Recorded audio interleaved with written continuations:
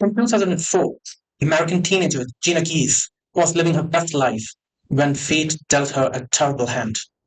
During a church visit in Wisconsin, a seemingly insignificant thing happened, but this thing was going to change the medical history forever. A bat flew through the St. Patrick's Church window.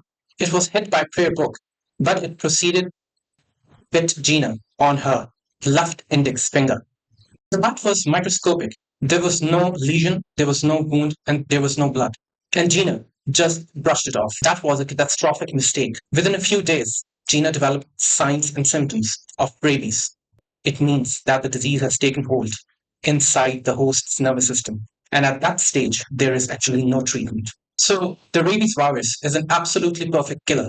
After entering the human body through some bite, it replicates firstly in the peripheral nervous tissue, and from there it starts to travel towards the brain. It replicates there and it destroys our brain tissue, manifests itself in the form of different signs and symptoms. Rabies include hydrophobia, confusion, a rapid decrease in the cognitive and executive abilities and functions of the brain, followed by spasms, then delirium, that is followed by breathing difficulties, coma, and eventually death. That up till 2004, no human being had ever recovered. Dr. Rodney Villeroy, the doctor in charge of Gina, faced an impossible situation with Gina. He had to do something radical and effective.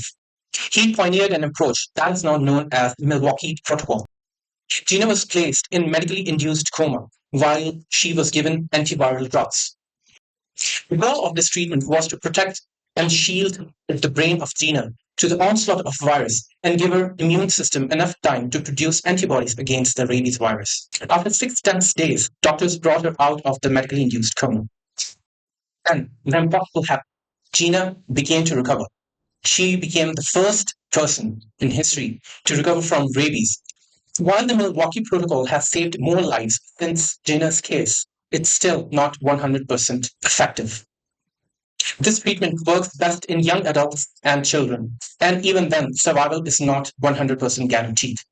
The takeaway from this episode is to never ignore animal bites, especially bites from dogs, cats, and bats. Never ever ignore them.